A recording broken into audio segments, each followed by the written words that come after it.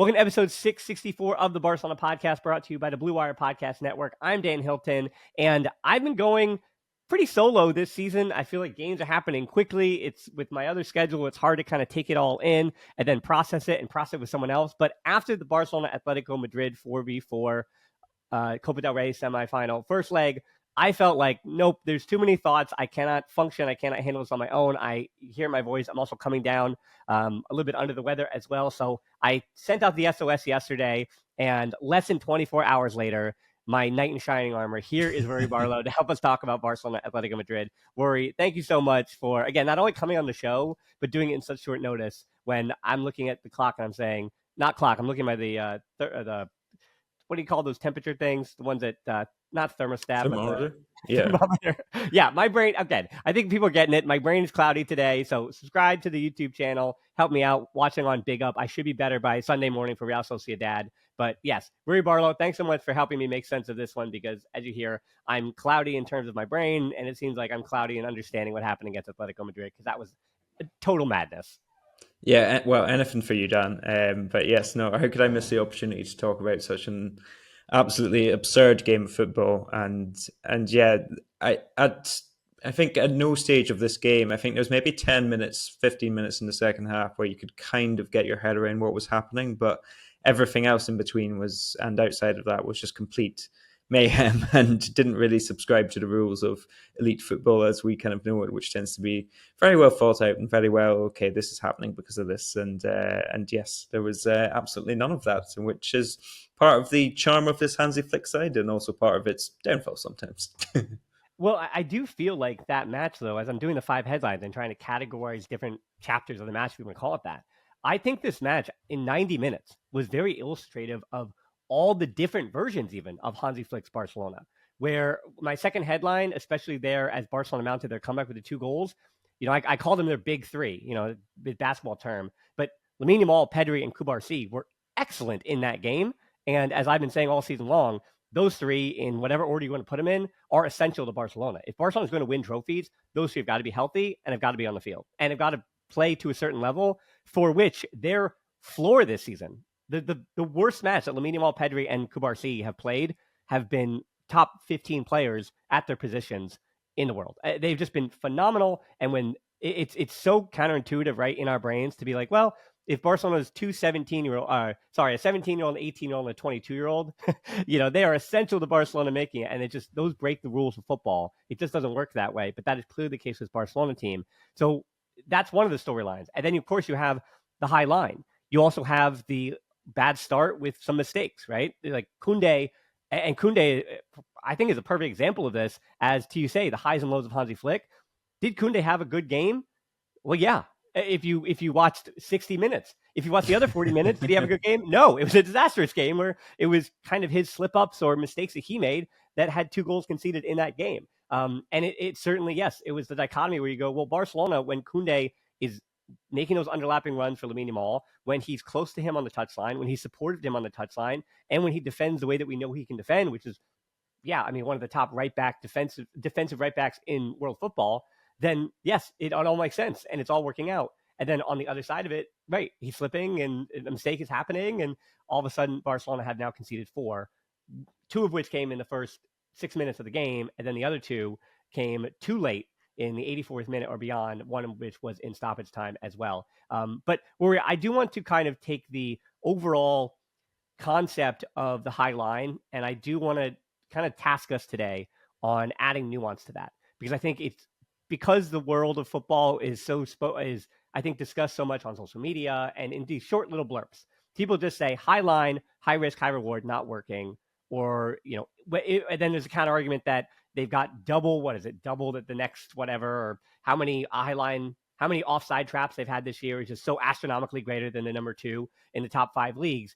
And yet I feel like that's a bit reductive, because throughout that entire match, there were ebbs and flows of energy, of the press. And I felt like there are different permutations, that it's not just the back 4 in this high line and the defensive midfielder, whether it's Casado or Jong, supporting them. It's as a unit. They're either pressing and it's working well, or it's not. And if that press is working, then the high line is working. And if that press isn't working, or a step slow, or subs were needed for Lopez and Eric Garcia, then Barcelona are in a world of hurt. And the horizontal distance very much like the vertical space, is a problem. Yeah, I find it kind of almost like philosophical the last kind of couple of days or 48 hours since this game's taken place, because it's very much, do you, if something is going wrong, do you plan for things to go wrong? Do you make kind of contingency plans, and do you try and kind of alter your method, or fundamentally do you just try and do the thing you're doing better? So yeah, it's an interesting debate. It seems Hansi Flick is very much for the latter of that. He seems to be, let's not mess around with our method. But I mean, the one thing that the kind of quotes, there's two quotes I kind of want to bring up. One of them is Pedri, and he's been misquoted on this quite a lot. A lot of people have said that Pedri said that sometimes we need to drop the line. What he actually said was that at various points, the press needs to be better. If we can't press, then we need to drop the line. And that's kind of the nuance that I'd like to emphasize, because it's true that I think if your press is not functioning as you want it to, then you're obviously going to get hurt. Now, Hansi Flick introduced Gavi, Fermin Lopez, Eric Garcia in theory to make that press better. Whereas Pedri might have been right in saying, or might have, I think a lot of people more naturally are kind of conservative in this sense, would have perhaps instead preferred the line to drop 5-10 yards back, knowing that their press is kind of declining in those last 15 minutes. The big stat is that in the last 15 minutes of games, I think Barcelona have conceded 30% of their goals this season, which is not a good stat, and probably something that Hansi Flick wants to address. And that other quote that I want to come to is actually Imanol Alguacil, the Real Sociedad manager, ahead of the game against Real Madrid. Now, he said, he was asked, how do you beat Real Madrid? And he said, to beat Real Madrid, you're going to have to do a bit of everything. There'll be times when we press, there'll be times where we have to drop back and kind of just be a collective, be together, be compact. But you're going to have to do a bit of everything against this Real Madrid. And I think Aguasil's thinking is a lot more in line with the rest of kind of football. Ancelotti, you look at the way he manages his teams, much more kind of general. We're going to have to do this at some points. We're going to have to press at some points. At other times, we're going to have to be deep. At other times, we're going to have to counter. Same with Diego Simeone, who kind of picked and chose his moments in this game. The way that he uses Sorloth off the bench, Correa off the bench. He clearly feels that at various points of the game, Atleti are going to have to approach it differently. Whereas Hansi Flick, so far at least what we've seen, with some modifications, I think he's kind of at times tried to slow down the circulation of the ball to keep control a little bit more. But in general, his idea has been singular, and it's we press, we get the ball back, and that's how we defend. And now I'm rambling and I don't want to go on too long, but my final point on this, with Hansi Flick, it's kind of, yeah, I find it like very, very interesting as to kind of how you go about this and approach it. But yeah, with that kind of midfield and with that kind of singularity of idea, can they be successful? Do they have the squad to do it? There's kind of a lot of questions, and it's we rarely see at top level football a team that has such a singular idea be able to carry it out all the time. Well, I think in the game against Atletico Madrid, as I take my notes and I go through the ebbs and flows, the final result winds up dictating the conversation we have. And there was a point in that game when Barcelona should have been. There was two big chances missed by Ferran Torres and one by Lewandowski.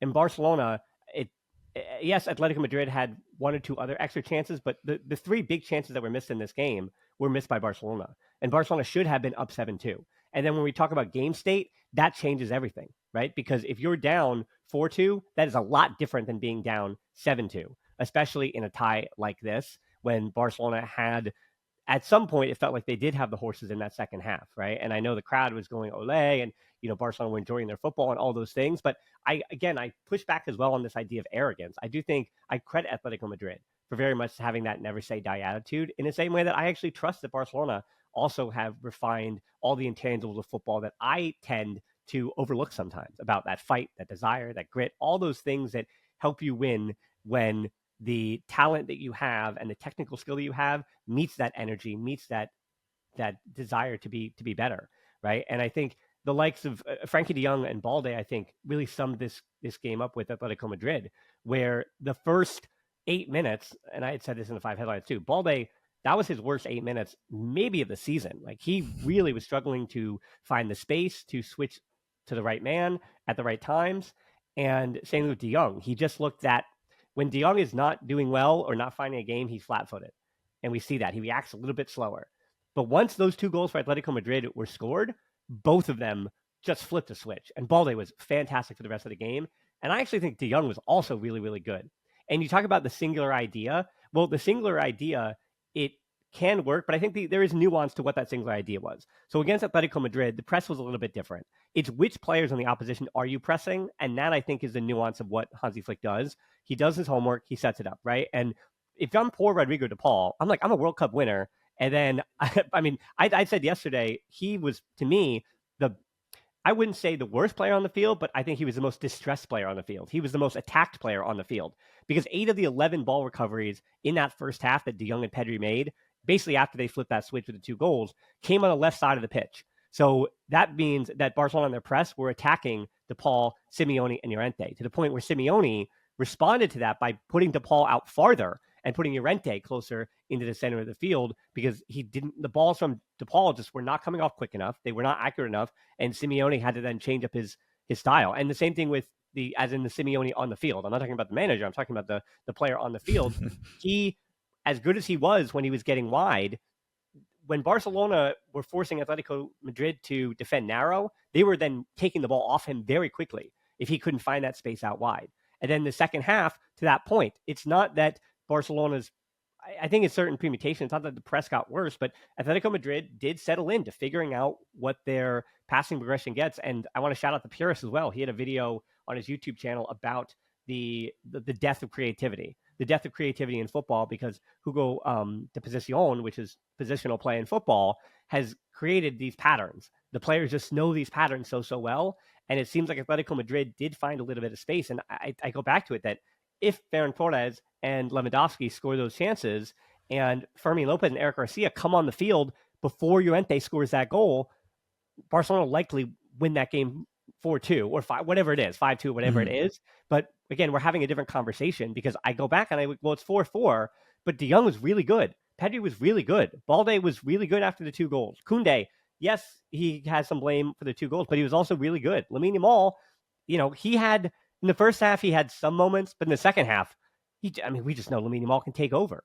And Pedri in that game too. I want to let you talk about Pedri because I get a little too much glowing, and we don't have that much time for me to talk about Pedri. But 13 recoveries for him in the first half, 8 in the rival field. From the 5th to the 45th minute, this stat courtesy Alex Delmas, Barca made 167 passes in the final third, only 13 from Atletico Madrid, 26 touches inside the area, 29 recoveries, 11 shots, and 3 goals, that being in the first half after the 2 goals were scored. Barcelona was in the front foot. They were in the driver's seat. They were winning this game. And I don't know, Rory, am I making an excuse to say that Barcelona, if they take their chances, why wouldn't this team have that high ceiling? And I think to that point about the risk reward about Hansi Flick, I will live or die by the Hansi Flick press. I will live and die by that high line because at this point in the season, it, La Liga is a different story, but Barcelona only need, you can help me on the Champions League math here. They're in the round of 16, right? So they need 6. They need 7 positive results, or in truth, they need 4.5 positive results, and they're holding the Champions League trophy. So you really need 4.5 positive results, and you win the Champions League. And this Barcelona team is capable of that. And I would rather go out in a flame of glory than to and try to achieve the ceiling that this team has than to settle into something that is just. I don't think this team is capable of playing a different way, and honestly, I'm fine with that. Yeah, the flip side of that kind of philosophical is, do you plan for and make contingency plans or adapt a little bit for things going wrong? Is that if you do so, and particularly with a system that is so idiosyncratic, so precise in the way that it's drilled, in the way that it's kind of triggered in terms of Hansi Flick's press, if you do kind of try and adapt it, do you then take something away from it? Do you cloud the mind? Do you place more doubt in your player's mind if you're saying, well, at this stage of the match, you want to do this, and then at this stage of the match, you want to do that? Especially, again, when you're so high and when it's such a large amount of space that you're or large and small amount of spaces that you're trying to deal with, that half second could really make a difference. And I think, the stat was, I think all 3 of the Spanish big 3 now are 22 games away from a treble, which is pretty remarkable that all 3 of them are still alive. I think it is a very hard debate, and I get totally where you're coming from with Hansi Flick. And from his point of view, I think maybe it does make more sense. You look at this game particularly and say we conceded 4 goals. 2 or 3 of those goals at least are just complete mistakes or complete errors of concept, as opposed to Hmm. actual things that you're incapable of doing or things that you can't get right. But yeah, those mistakes are the things that will kind of define it. And I guess my one doubt with that is that, yeah, do they have the horses for it? Also, like Jules Koundé, he doesn't have an alternative that he can rest Koundé with. That would be a problem for me that I'd kind of underline. Same with Balde. You don't have players that can give them rest and make sure that they're fit and ready to go for all of these games. So I think one of the advantages of Flick's kind of steamrolling style in La Liga is that if you do put 3-4 goals past the team, you can rest during the games and you can kind of take the foot off gas a little bit, which I think has been important for Barcelona this season, because you look at the likes of Atleti, I think 13 or 15, I forget which, but 15 goals in stoppage time this season, which is great on the one hand, but on the other hand, it does mean that you're kind of living on the edge. The adrenaline is high, the exhaustion is high after every game, whereas Flick's Barcelona maybe don't have that. But yeah, I think finding ways of, I think for me, the one thing you could say that within Hansi Flick's style, within Hansi Flick's concepts in this game, and Pedri had mentioned this as well, is you need longer possessions. You need to be able to control just how fast that ball is coming back at times. And yeah, even if you don't want to drop the press or adapt in that sense without the ball, with the ball, you maybe need to be a little bit less direct with it. By the same token, and this is where kind of the resultadista kind of thing comes into it, it's where do you kind of take your chances on this? It's because you could have scored 2-3 more goals, the tie would be over and Barcelona would be through with Hansi Flick's approach. By the same token, they've drawn 4-4 and it looks a little bit silly at times, and that last goal in particular, Koundé slips over and it looks a bit comical. So yeah, where do you go with it? I don't know. We just basically have to kind of, as you say, live and die, I guess, by Hansi Flick's idea, and then critique it as it happens, I guess. Well, in the case of Ferran Torres, I think people were really happy to see him starting that match and Lewandowski on the bench. Of course, Lewandowski has his detractors, but he also has 33 goals this year. So as an outsider, where do you see the Lewandowski Ferran Torres conversation? Yeah, it's an interesting one. I think everything outside of the box, Ferran Torres does a lot better than Lewandowski right now. He holds the ball even better. Lewandowski's touch has been poor at times, trying to hold the ball up. And I think we've kind of seen this over the 2.5 seasons now that he's been at Barcelona. By the time February, March comes around, he is not as sharp or as effective as he was in September, October, November. So that's a factor to play into it. You wonder if this season, now that Flick is kind of resting and rotating him a bit more, giving Ferran a bit more game time, maybe Lewandowski can hit April or kind of get out of this dip a little bit sooner. But yeah, I understand. Again, it's kind of that resultadista approach in some senses, because Ferran Torres, conceptually and in terms of what he's doing and in terms of what you're asking from your centre forward, is doing more things than Lewandowski right. But Lewandowski is ultimately probably going to score more of the chances and get on the end of more of the chances that are created. And you saw that.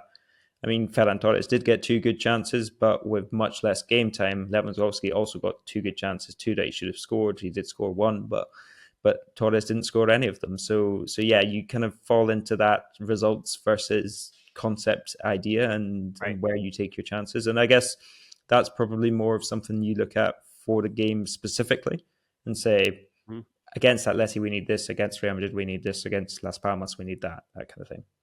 Well, I think thinking about the season in totality, I think the reclamation projects, like the save, almost the saving of the Barcelona legacies of Eric Garcia and Ferran Torres. When you talk about the successes that Hansi Flick has had, I would say that probably the ascension of Pedri back into, and we were having a debate, and I asked people about the 5 headlines, saying that when you name the best midfielders in world football this year, it's really hard to put Pedri 6 on that list. Like when you talk about the top 5, like players play different positions, of course, and function in different ways, but it's hard to argue that Pedri hasn't not always stayed healthy, and that's been a big part of it, and actually enjoying his football for the first time since he was 17 years old. But he's been fantastic. So there are arguments to be made that would happen. And I always like, if you substitute another manager in, I feel like Lamine Yamal and Pau Garcia would still be about 90 percent of what they've been this season, right? And I think Hansi Flick's system does help them succeed and does bring out their best qualities, which, as I say, one of my positives about Hansi Flick is that this is my footballing philosophy in general, that if you can get the best out of your best players, that gives you the best chance to succeed. And that was the argument going back to Jose Mourinho's Real Madrid's and even the Ancelotti Real Madrid's, right? There are players that you'll finish a Real Madrid match and you'll say, God, 4 of their 11 players just stunk up the joint. But Ancelotti is so adept at getting the best out of 3 or 4 or 5 players, depending on what the game requires, that they get results. And that's and I want to ask you now about kind of that bigger thing, because you said, 22 games. Real Madrid, Atletico Madrid, Barcelona could be all 3 are still eligible for a treble. And when I look at the Champions League, even to me, having watched the league phase, 3 of the top 6 teams in terms of consistency and how they were playing were coming out of Spain, with Real Madrid probably obviously the worst of the 3 because they had to play in the playoff, and yet we know who Real Madrid is. So regardless of how much they stunk up the joint in the league phase, they have to be in a top 5 or a top 6 potential Champions League contender because that's who they are. And then we see what they do with Man City because the knockouts, and they woke up and they figured it out. So they're obviously one of the top 6 favorites to me. Real Madrid as well, Atletico Madrid and Barcelona, just because, again, on form and how they've played. And then you have someone in the Liga of the 3 is going to have to win the title, unless Athletic Club have a big surprise for everyone, which I don't think is going to happen. But, you have one of those 3 is going to have to win the Liga. Same thing with the Copa del Rey. Real Sociedad, I'm not saying that they're dead after yesterday's match, but it will likely be. The highest percentage chance now is that one of those 3 are going to win the Copa del Rey as well. So of these 3 teams, yes, the Champions League is not guaranteed, but Barcelona, Real Madrid, and Atletico Madrid, I think there's almost a 50% chance that the Champions League trophy is being lifted by someone from Spain. And then again, the Liga and Copa del Rey, one of the 3 is going to have to win that. So I think this, to me, the big picture is so it's confusing because trying to look at this as a neutral, none of those 3, watching them all season long, deserve to be treble winners. When we think about the great treble winning teams of the past, right? Like, I mean, I'm really enjoying the football that Hansi Flick is playing. I think I've been doing this show for 8 years, and this is maybe the most fun I've had since that. I mean, I guess what? Yeah, the final 2 months when we started the show in 2017 under Luis Enrique before he left, Neymar, and all that gobbledygook, and then enough already comes in. But I'm really enjoying the football that Barcelona are putting out for the first time in close to a decade. And, I all that said, we've been talking about the issues with Hansi Flick's Barcelona. There is no perfect side in world football, but to your point, it does seem like a bad result could be coming, and like a really ugly result in the Champions League. Because if things aren't working for the Hansi Flick Barcelona, they have weaknesses. And if the right, really high quality team, say Liverpool, you get Barcelona on the wrong day and Liverpool on the right day, it's going to be ugly. But you could say the same thing about Atletico Madrid and Real Madrid too. So it's a funny notion, I think, with Spanish football that one of these teams that doesn't really deserve to be considered an all-time team might be taking home the trophies that kind of delineate them as this all-time, all-conquering side this season. And I just want to make sure, for prosperity's sake, we're putting on the record that all 3 of these are severely flawed and really don't deserve the treble, but somebody might have it. Yeah, absolutely. I think Liverpool are the only side that, and then they're not flawless, but the only side that really have looked like they can sweep aside teams in their way, and we'll see what happens and what that brings in the kind of the final stages of the Champions League. But outside of that, who else do you put in that conversation? Because in my head, I like Leverkusen. I don't know if they have the horses to do it, but like the way they play, like I put Leverkusen there. You don't count out Bayern Munich, but outside of that, I mean, am I sleeping on AC Milan, Inter Milan, maybe a little bit? Oh, AC Milan's already out. It doesn't matter. You're not sleeping on them. They're already napping. So Inter Milan, I guess. Inter, Bayern, Leverkusen, I'd say they'd all be in kind of a third group. I'd probably put Atleti in that third group as well. Barca and Real, I'd say, are a little bit behind Liverpool. I think Barcelona probably just behind Real Madrid just because of pedigree, and we know. Yeah, no, we know Ancelotti wins the Champions League at this stage of the season. That's what he does. I think those teams, and then you look at maybe Arsenal are in that kind of third group as well. But Arsenal are not that I watch a lot of them, but from what I hear and see, seems to be a little bit behind as well. I think certainly in the last 5 years, Real Madrid and Manchester City have looked like by far and away the most dangerous teams, and Real Madrid have done so despite being severely flawed, but in their Real Madrid way. Manchester City have, in terms of kind of general football, looked like the best team in Europe outside of kind of their battles with Real Madrid. And yeah, for the first time in kind of 5-6 years, we're seeing a much more open field in a way that it was. And even before that, I think Real Madrid, obviously, they had their run. Bayern Munich had their Champions League. And before that, kind of Barcelona were amongst the favourites again under Guardiola and Luis Enrique. So yeah, for the first time in quite a long time, I think we're seeing a genuinely open field again. Yeah, and again, that's the Champions League. But then again, we're talking about Spain. Somebody has to win the Liga, and it's hard to pick a favorite because I think that's what I keep reiterating. Every time Barcelona drop points, I say, but the next day I watch Real Madrid, and I'm like, this team also drops points. I look at Atletico Madrid, and I go, this team also drops points. So I think, again, as you and I try to talk about this after the games, and as like these armchair analysts trying to figure out, and again, we keep saying this, but we're using the results to dictate who played well and who didn't. And I know that sounds so reductive, but it does come down to football. How many goals did you score? Did you score more than the opposition? And that's how your legacy is defined. But I think, again, the bright side for me is, and Alex Damas also had a good point on this, that this is year one of Hansi Flick. So part of my, um, so part of my positivity, and Real Madrid fans should have the same thing, that this is year one of Mbappe and Vinny Jr. and Bellingham. And you can argue that, there's too many cooks in the kitchen there, and they might do something big this offseason and ship one of them out. I don't think so, because Rodrigo has also been essential to the way they play. You could argue that he consistently has been better than the other three from game in and game out. Though I think Bellingham, the second half of the year, has really, really been special. And, in that top 3 to 5 midfielder conversation, if we're going to call him a midfielder, but he's really just a Bellingham position, whatever you want to say. And yet that Real Madrid team is flawed, but they're also in year one of their project.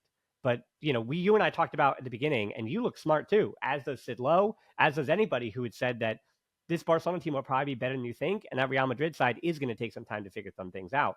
Now, looking at Atletico Madrid and Real Madrid, looking at Real Madrid in the Champions League phase, and then looking at Atletico Madrid in the first parts of the season, it looked like you could stick a fork in them. But both those teams have also seemed to turn things around and refine themselves. And yeah, Barcelona is also on a 14-game unbeaten streak. So am I being too harsh on the big three in Spain? Like, are these actually, better teams than I'm even saying? And I'm just picking holes because neither of the three can run away with it? I think it's very hard to not pick holes because we watch them every week, and every time you don't win, it's regarded as a failure. So every time we're kind of looking at them, we're looking at kind of what's wrong with them as opposed to kind of talking about what's right with them. And in this league season, it's not a league season in which you're gonna need 95 to 100 points, in which has been the case in kind of previous years. Whereas this season, 85 to 90 might do it. I mean, Cancelotti said this earlier in the season. So yeah, I think it is a more flawed league in some senses. In some senses, I think it's just a better and more competitive league. I think there's maybe 3 or 4 sides that are of a pretty low level, but generally most teams in this league are going to give you a good game now.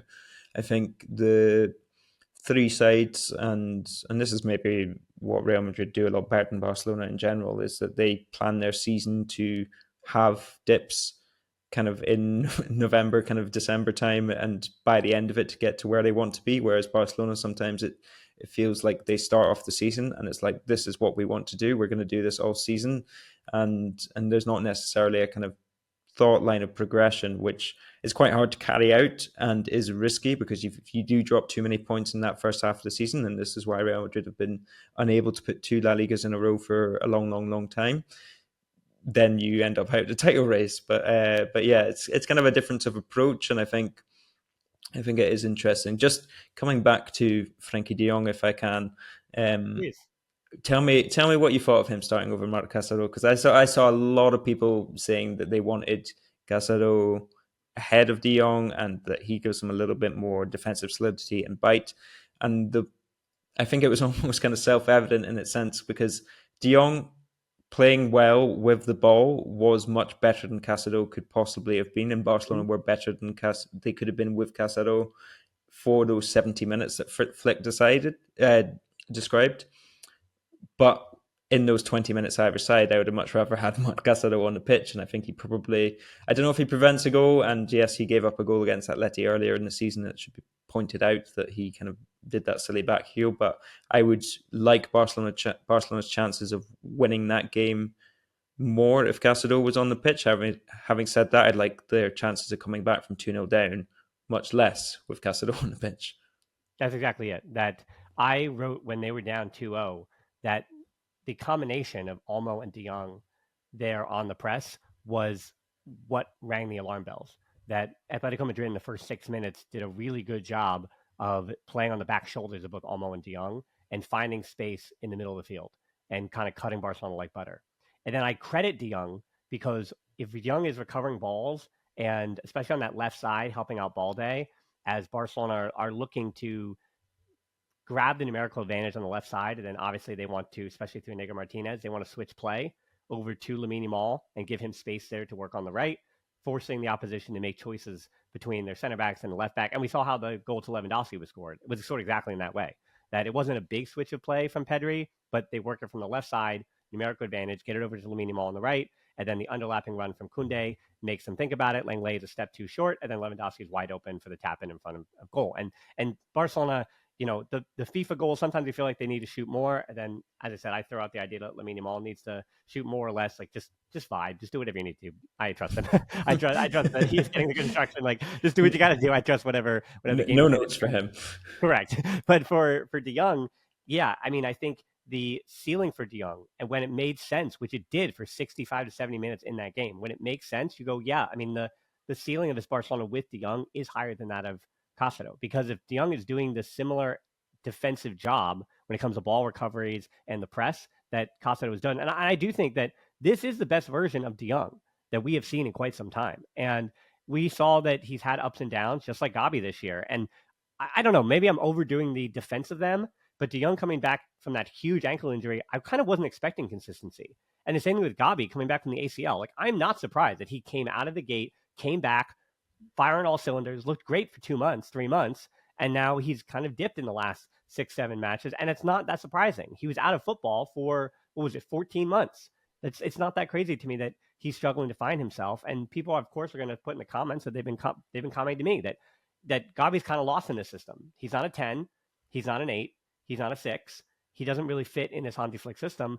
But I also completely push back on that, because what I had said when Barcelona were down 2-0 early was that it wasn't necessarily it wasn't Olmo versus Gabi or De Jong versus Casado. To me, it was a combination of Olmo and De Jong. And I was like, well, I would expect it would have been Gabi plus De Jong, or would have been Olmo plus Casado, where you have those profiles kind of supporting and complementing each other, as opposed to the two players that at least had the reputation of not being as astute on the press.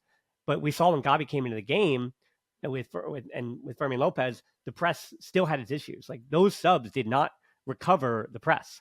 And maybe that's because other players around the field had also lost a few legs. Maybe that's because Lewandowski doesn't press at the same level Ferran Torres does. I think, right? And there's this domino effect where I think having a conversation about De Jong versus Casado is difficult, because I'm going to use the cop-out here. It depends on the matchup. It depends on the opposition. It depends on the game state. It depends on if it's the first minute or the 70th minute. And as I kind of reiterate about the Lewandowski Torres point, if you've got a big match, almost regardless of opponent, you start Lewandowski, because the dude scores goals. He scores goals better than anyone else in world football. We can argue the things he doesn't do. Like, I didn't say he was the best forward in world football, but the dude just scores goals. That is what he does. And for Ferran Torres, he comes off the bench this season with such a blum and such energy, and really adds to something that makes this Barcelona team feel like they're an all-conquering side, like they're a dominant force. And same thing with Eric Garcia. If you get him starting and have him play 65 minutes, then he can be exposed, because we know Eric Garcia is not the quickest player if you're going to play that high line and force him to defend for 70 minutes. But with the proper game state, if you're playing against a low block, or you're looking to close out a game when you have when you have a lead, Eric Garcia has been terrific and phenomenal in the role that he has. And I think it kind of proves your point as well, that Rafinha in this game, which we haven't talked about at all. I'll ask you, did Rafinha have a good game? Did he have a poor game? I think, yeah. I mean, he was on the one hand very good. He should have had a very good assist for Lewandowski in that second half, and he does the things that Rafinha does that you need a base level of that in your forward line. Because he'll press, but he's not the same as Rafinha, put it that way. So, right, having a Rafinha in your forward line at all times seems kind of essential. And yeah, at the same time, he probably wasn't as effective as he could have been. He didn't find the space that he would have wanted. I assume that's something that Simeone deliberately planned and made kind of an effort to do so. I mean, he had Jimenez on his side as well, and Jimenez has been playing outstanding. So I don't really want to kind of go at him too much for that. But yeah, I think it's a hard question. Can I back you into a corner though and say kind of blind? Is it, well, hypothetical devil's advocate here, is it not better to start Casado? And if you need to change the game in your favor, if you need to go after a game more, be able to bring De Jong on than to start with De Jong and possibly be chasing a game and you have, or possibly be trying to control the game a little bit more with De Jong from the start, then you kind of go into your second half. And if you need to change things, you could still have Eric Garcia to come on for Casado and try and shut things down. Whereas if you have De Jong starting and Casado on the bench, then your options are less off the bench. That's my devil's advocate. You can agree, disagree. It's Well, putting I it out think, there. I mean, I'm a coward, so I say I don't know because I don't think Hansi Flick knows either. We saw there was the experiment where we saw De Jong coming as the 10 when he was coming back from injury, and that made all the sense in the world because he could just carry where he needed to. He was able to drop in, but I feel like there are times with the game states with De Jong, and that is a concern. Casado can look in the mirror and say, Mark Casado, here is your job. You know who you are. You know exactly what you're supposed to do. And I think De Jong, that has been the issue for him at Barcelona since he arrived. What is he supposed to be doing? Who is he? And I think there are times so often when we say De Jong knows exactly who he's supposed to be based on game state. And even in the game that we just saw against Atletico Madrid, he did so many things well in that first half once that all turned around. He was getting forward. He understood when to carry. He understood when to release quickly. And then even defensively, he understood when, or rest defense, we'll call it. He understood when to drop in and support the center backs as well and to carry himself.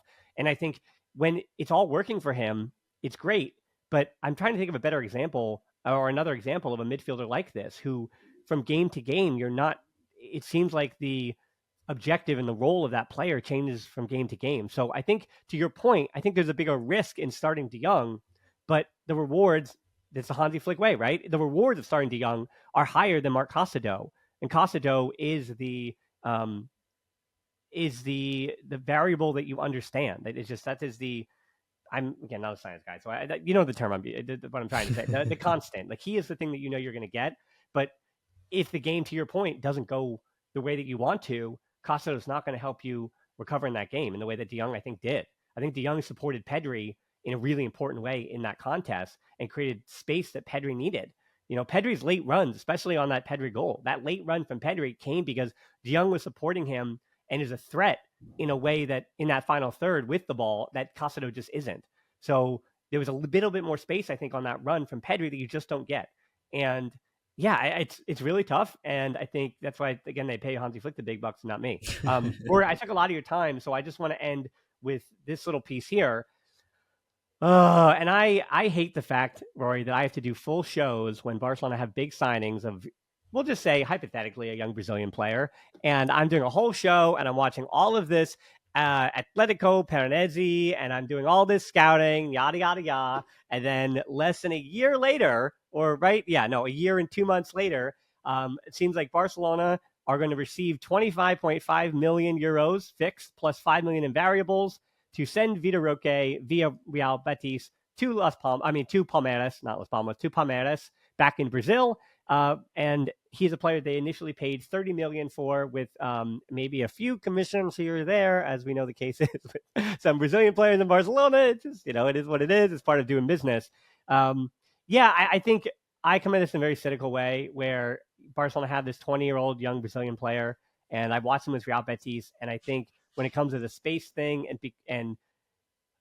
I hate the idea that it feels like they're giving up too early. But again, people smarter than me are the ones giving up on him.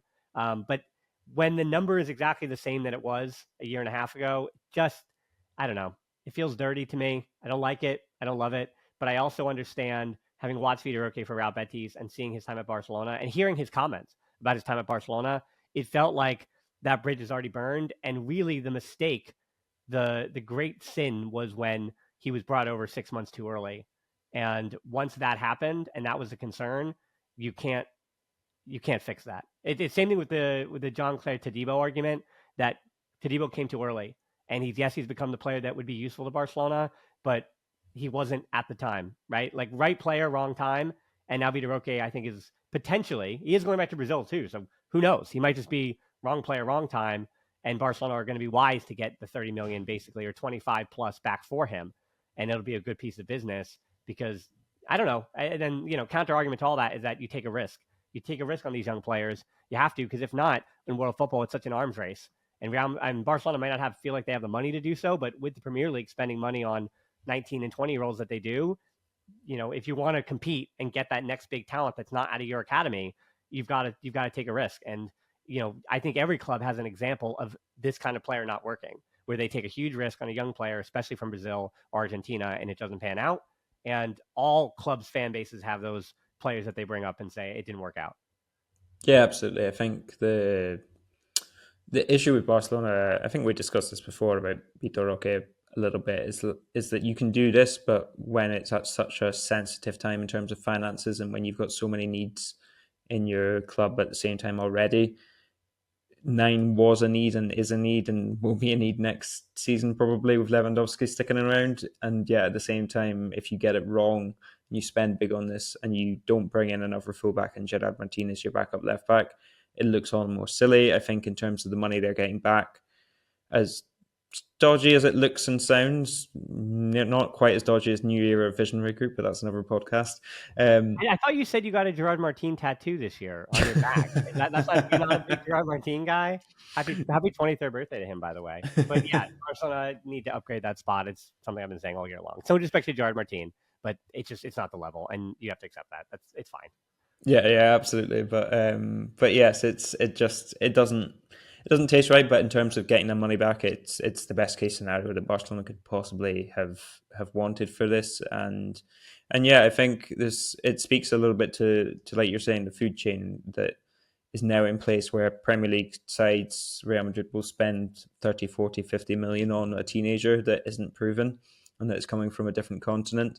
Whereas previously those players would go to Sevilla, they'd go to Real Betis first, they'd perform for 2 or 3 years, and then they'd get signed by a bigger club. I mean, PSV. PSV. I mean, I think about R9, right? Like Brazilian Ronaldo. Like, yeah, PSV was always a stepping. Feyenoord. I mean, Ajax a little less, but yeah, there was always, you're right, a stepping stone. And then, and you think you said PSG even back in the day, like Ronaldinho. Yeah. Was an example. Yeah, absolutely. So yeah, I think Barcelona in some senses are a little bit of a victim of that, and you kind of see it. You see it at Real Madrid a little bit. It's that they did so well to bring through Rodrigo and Vinicius, but the patience that they had and the lack of pressure they had was kind of almost unusual. And you see it now with Arda Güler and with Endrick. I think Endrick will probably end up working out, but part of that working out is that he's going to have to come to terms with the fact that he's probably going to sit on the bench for 4 years, maybe. That's what happened to Vinicius. That's what happened to Rodrigo. The same with Arda Güler, who seems to be lacking the patience that he's perhaps going to need if he wants to triumph at Real Madrid. These players are going to have to sit on the bench for a long, long time before they're ready to kind of take over, and even then, there's no guarantee that you will. So right. Yeah, it's very hard to time it right and to get it right. Barcelona have been fortunate in the sense that the young talents that they have had from La Masia, you've been able to just throw them in because they're ready and because they know what they're doing and whatnot. But yeah, signing these talents from a different country where they've been the best player, where they've been the most talented, that creates a difference of kind of pressure and demand that isn't there, both from the player, from their agents, from everyone, from the media as well. Whereas Ferran Lopez didn't cost any money. So Ferran Lopez isn't demanding to play games that he probably doesn't necessarily deserve ahead of the likes of Gavi, Dani Olmo, so on and so on. Mm-hmm. And nobody else is demanding that he should play. And so yeah, there's less competition for opportunities in the same way that there is if you do bring in these young players. And Roque, yeah, maybe he could be that striker in 6, 7, 8 years' time when he's still only going to be 26 at that time. Right. But right now he's not, and it's very hard for a player to develop in that environment so slowly these days with the attention that's on them. Yeah, and also I remind people that you're just seeing every deal that your club makes, and you forget the deals that other clubs are making that don't work out. Like, Reinier, he played so little for Real Madrid, I forget how to pronounce his name because he didn't even play for Borussia Dortmund or anybody else, right? And he was, 35 mil, I think?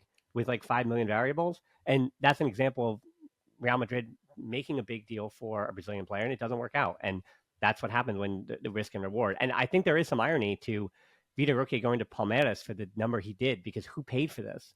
Endrick and Vitor Reis for Man City. Those were the two deals that basically funded this deal for Vitor Roque. So there is a bit of irony that Real Madrid and Man City did pay basically for this Vitor Roque deal for Barcelona. So I think they had to feel good about that. But again, it's the Deco being a former agent to a bunch of Brazilian players, and Jorge Mendes as well, because he's the agent of Balde and Lamine Yamal and Ansu and all these other, right, and his connection to Laporta and Barcelona. And as much as we want to always pretend that it's not about scratch my back, I'll scratch yours, and let's have a nice dinner together, and who's footing the bill, and all these different things. As much as we say that, it's tough. I mean, and you know how I like to bribe you off air, right? I mean, like we don't talk about those things, right?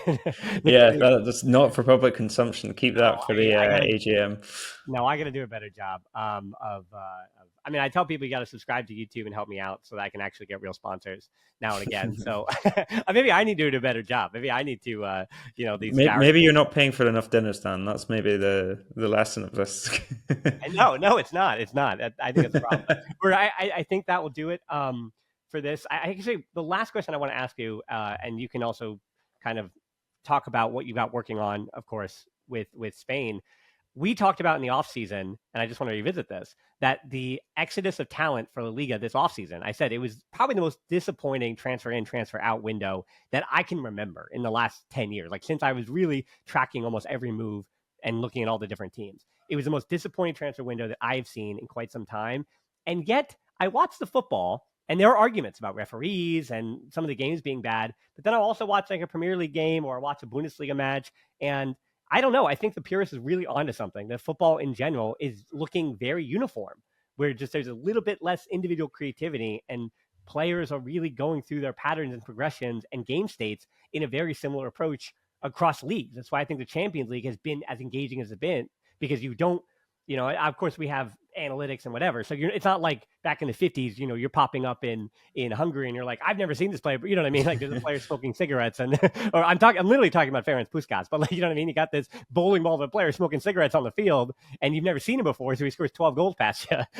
But yeah, we have so many analytics and teams are looking so uniform, as much as there was a talent exodus, I don't really know if the level has dropped that much. Like I think the Liga has been just fine this year, as much as that has been interesting for me to consider. I don't know what new young talents we're talking about. Like who actually took the place of those talented players? I don't really know what names are now jumping out. I'm just saying, well, Antoine Budimir is having a really great year, but it's still Antoine Budimir. Like you know what I mean? I'm not getting excited about Antoine Budimir because we know Antoine Budimir, and I feel like that's the case around the league where it's like, oh, they're just getting more out of the players that had to get something out of. Athletic Club is a good example too. Like is Sunset really a top midfielder in the world, or is he really that good? But Athletic Club needed to get something out of him, and they did, and that's why they're top 4 right now. Not just because of him, but you know what I mean? Like I think Liga teams this year are doing a good job extracting talent and value out of players that needed to succeed for them to do well. And the teams that don't do that, like Valencia, those are the ones that are in the relegation fight. Yeah, absolutely. And I think we will see more and more kind of young academy talent coming through as well. I mean, you look at the likes of Jesus Rodriguez, who looks really exciting at Real Betis, a young winger. He's really fun. And to your point about uniform football and football looking kind of similar, thank God for Manuel Pellegrini, because you can give him any technical player in the final third and he will make them the best version of themselves, apart from Vitor Roque maybe. But yeah. I would not call him a technical player in any way. Wow, yeah, that's you're probably right there. So yeah, but yeah, Isco, Gio Lo Celso, like the amount of players that he manages to bring through. Celta, I'd say they've got some good young talents. Hugo Sotelo, I think, will be on radars. I think he was linked to Barcelona at some point, but I mean, who hasn't been if you're young and good? It's been a while though. Sotelo was. Yeah, he was, I think, but that was like U18 level. It's been a while since he was like. Yeah, but he's looked very good. I've quite enjoyed watching him, and there's a lot of kind of good centre. It's harder to get excited about Dani Vivian and Aitor Paredes compared to a very young player who's coming through and kind of scoring goals. But yeah, really good centre halves, and yeah, a lot of these kind of midfielders that maybe don't stand out, but especially I think as well when you're in person and you see them and the kind of the way they handle the ball, the way they treat the ball. The likes of Javi Guerra, who's coming back and kind of looks like himself again. Well, I I was do going to think ask you there's that. Where is Gaia, Javi Guerra, Yerek? Where are those players next season? Because and Valencia is definitely going down, right? Valencia will stay up. They always get out. They always get out. They Carlos do always Corberan has get got out, them. but I don't They've know. got them playing again. I think they are blessed with the fact that there are three worse teams in them as opposed to them being exceptionally good. Who do But you think? So who do you think are going down? It's Valladolid, I think, are that's gone. yeah. They are not very good. And then I think between none of Leganes, Las Palmas, or Alaves can score any goals, True. so which is a problem that's affecting the rest of the league as well. But I think those three teams in particular are going to have issues. And I mean, again, Ante Budimir. I was speaking to someone from Osasuna the other day, and they were saying that fundamentally we have one of the best goalkeepers we've ever had in Sergio Herrera, and we have one of the best forwards we've ever had. And if you can have those two things, that's going to get you about halfway up the table, and whatever else you can add to that is great. Yeah, I mean, I'm now kind of almost playing double back to myself as I look at the teams again. Like usually I can just put on a random match and feel good about it, but if there's any combination of Valladolid, Alaves, depending on Las Palmas and the day, I do tend to watch like Malero, Mika Marmol. I think Las Palmas does have a bit more fun. I know the goals aren't happening, but even the way they play. But but again, Alaves, Valladolid, Leganes, Espanyol, Hadafe, Girona in the last 2-3 months. Those six teams. You're talking about a slog. Like when those two teams are playing each other and those are ugly games. Like that is not the thing I'm sending to sponsors and broadcasters and saying, "You sure you don't want to pay top dollar for putting the Liga games on?" So yeah, I mean, yeah, I think when you get two teams that you don't want to be watching in the Liga, it is. I will say for the Premier League, it is worse. Like you can look at some of the bottom other than Southampton. You could look at 16 versus 19 in the Premier League, and it's just going to be a better quality than 17 versus 19 in the Liga. It's just the way it is this year. But Rory, we could talk about La Liga forever, and I took way too much of your time. So what do you have going on? Let people know that they can follow you, and I just want to say thank you as well. No, pleasure's all mine as always, Dan. Yeah, check us out at Football España as per usual. I'm actually working on a piece that will involve Barcelona and kind of the general discord there is between clubs and their singing sections, and they're basically their hardcore fans, because Barcelona are having a bit of a crisis, as I'm sure you may have touched on, and Athletic Club are also having a crisis. Real Madrid have their own issues, and Atleti tend to get themselves into trouble every 3 months as well. So yeah, there's a lot going on, and I'm trying to kind of put that together and see when it comes out. Probably a week or two yet, but that's what I'm working on. Well, that does remind me, I am working on something as well that I want to announce right now. So if you're still with me, you're someone who's going to care about this. We are having in about a month's time an event called Pena Palooza. It's going to be on Big Up, and it's going to basically be a gigantic symposium where we're going to be talking about the history of Peñas at Barcelona, the history of supporter groups at Barcelona. We're going to be having on as many Peña voices as possible, especially English speaking. So if you are someone who speaks English, there is probably a Peña in either your nearest city or maybe it's an unofficial one.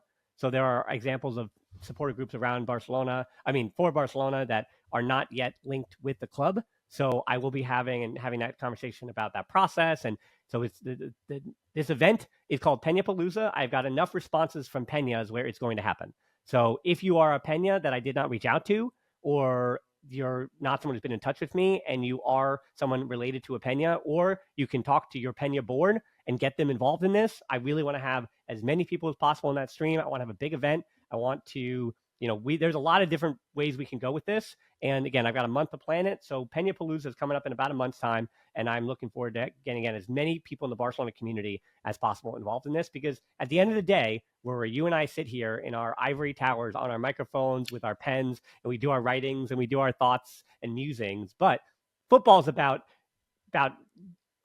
standing next to the person next to you, hooting and hollering and enjoying football, enjoying goals and things like that. And I always forget that because I'm a little antisocial, but I know that's what football is about. So I want to make sure that I'm emphasizing the supporters and the fans, because that's what football, and again, our audience as well. Like, we don't exist without our audiences. So it's almost a thank you and giving back. as well. So again, that's Ruri Barlow. You can find his links to all of his content down in the description or the show notes below. And as always, until next time, we're Smart.